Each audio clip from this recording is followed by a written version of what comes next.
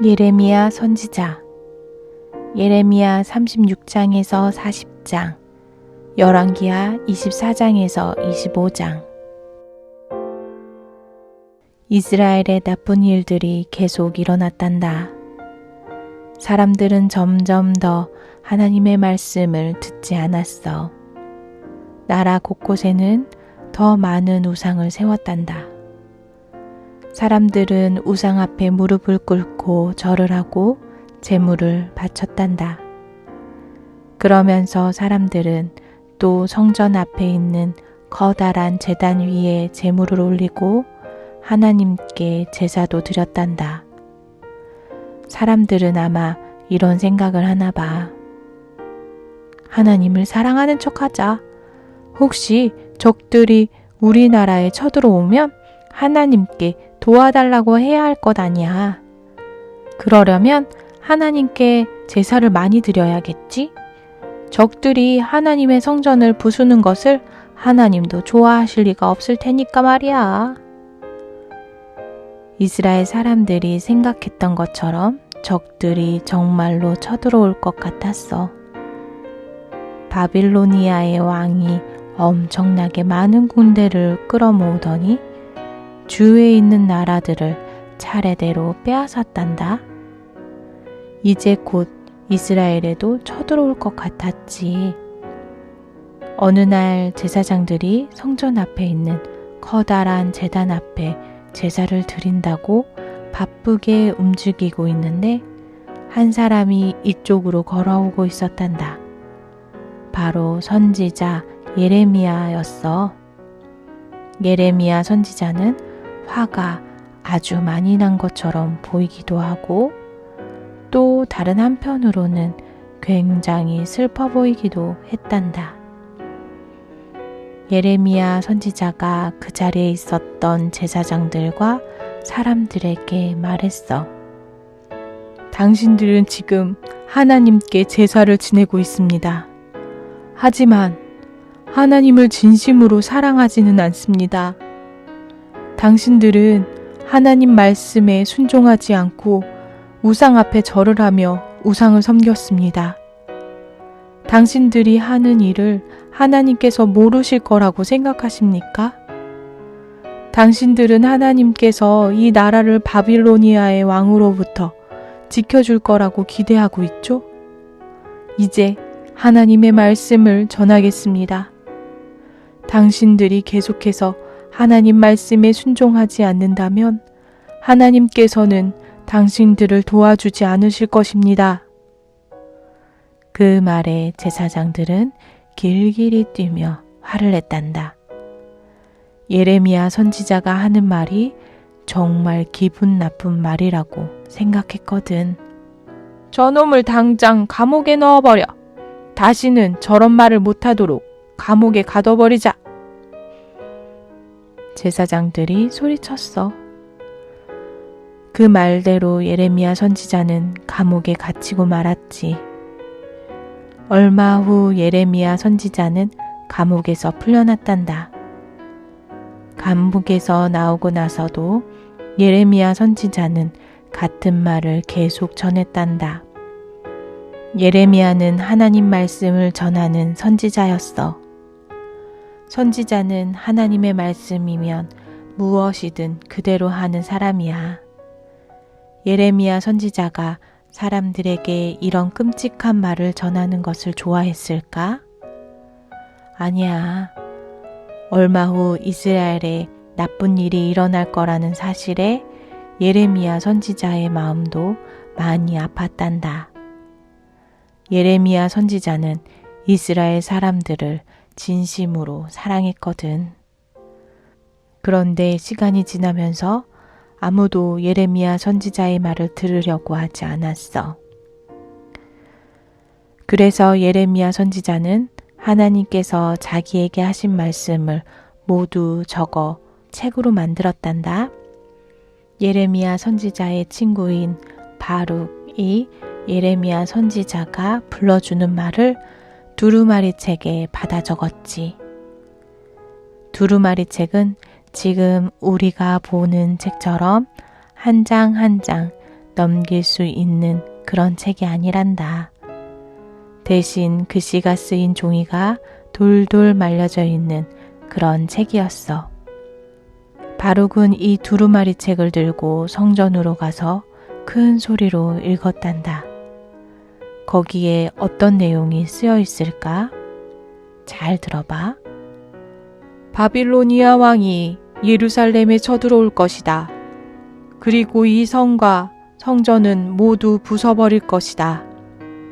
바빌로니아 왕은 사람들도 모두 잡아갈 것이다. 하나님께서는 예루살렘에 사는 우리를 전혀 도와주시지 않을 것이다. 높은 신하 몇 사람이 와서 그 두루마리 책을 여호야김 왕에게 들고 갔단다. 왕에게 두루마리 책에 쓰여 있는 내용을 알려주려고 말이야. 그리고 왕 앞에서 두루마리 책을 읽었지. 하나님의 말씀을 듣고 여호야김 왕은 지금까지 자기가 한 나쁜 일들을 깨닫게 되었을까? 하나님께 잘못했다고 기도했을까? 하나님께 용서해달라고 말했을까? 아니, 여호야김 왕은 오히려 화를 냈단다. 그리고 그 두루마리 책을 불태워 버렸어. 게다가 여호야김 왕은 바룩과 예레미야 선지자를 감옥에 가두라는 명령까지 내렸단다. 하지만 군인들은 두 사람을 찾을 수가 없었지. 그때는 벌써 바룩과 예레미야 선지자가 아무도 모르는 곳에 숨은 뒤였거든. 얼마의 시간이 흘렀어.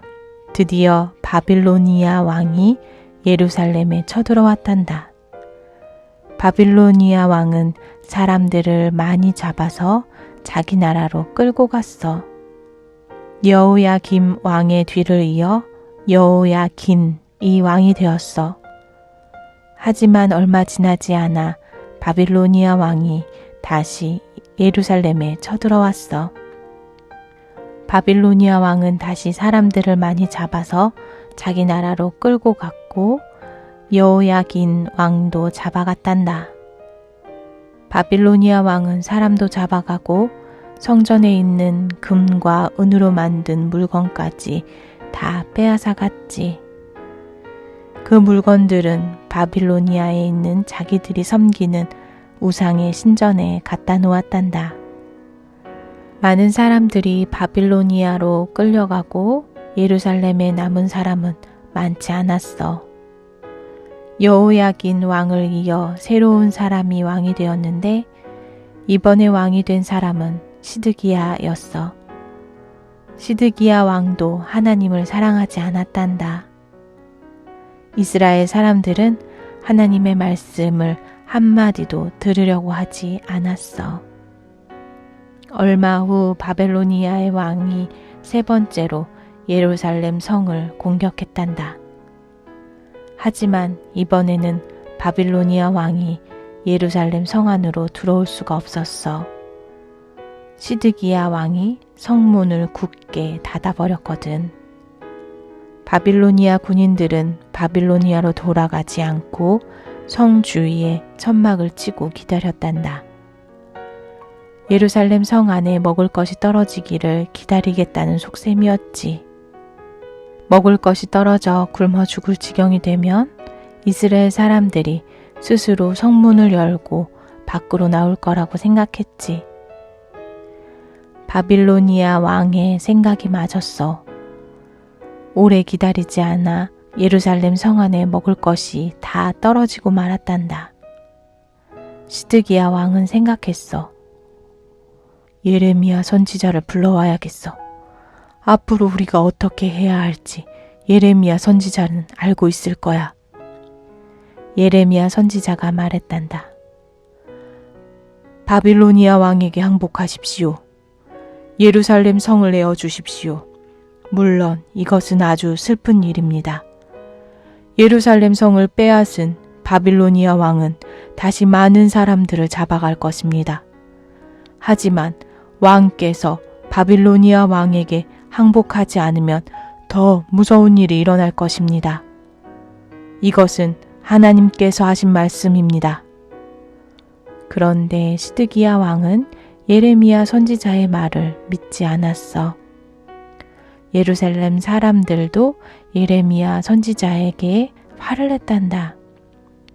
사람들은 예레미야 선지자를 더러운 웅덩이에 던져버렸지. 사람들은 예레미야 선지자를 욕했어. 불쌍한 예레미야 선지자. 예레미야 선지자는 하나님께 순종했을 뿐인데 하나님께서 전하라고 하신 말씀을 그대로 전했을 뿐인데 예레미야 선지자는 더러운 웅덩이에서 꼼짝없이 죽게 되는 걸까? 다행스럽게도 그렇게 되지는 않았단다. 왕의 신하 중 한 사람이 웅덩이에 밧줄을 던져 예레미야 선지자를 꺼내주었어. 사람들은 예레미야 선지자를 나쁜 선지자라고 말했지만 예레미야 선지자가 한 말은 그대로 이루어졌단다. 바빌로니아 왕은 예루살렘 성벽에 커다란 구멍을 뚫었어. 그 구멍을 통해 바빌로니아 군대가 예루살렘 성 안으로 들어왔단다. 사람들이 많이 죽었고 살아남은 사람들도 바빌로니아로 끌려갔단다. 시드기야 왕도 붙잡혀서 바빌로니아로 끌려갔지. 궁전도 다 불타버렸어.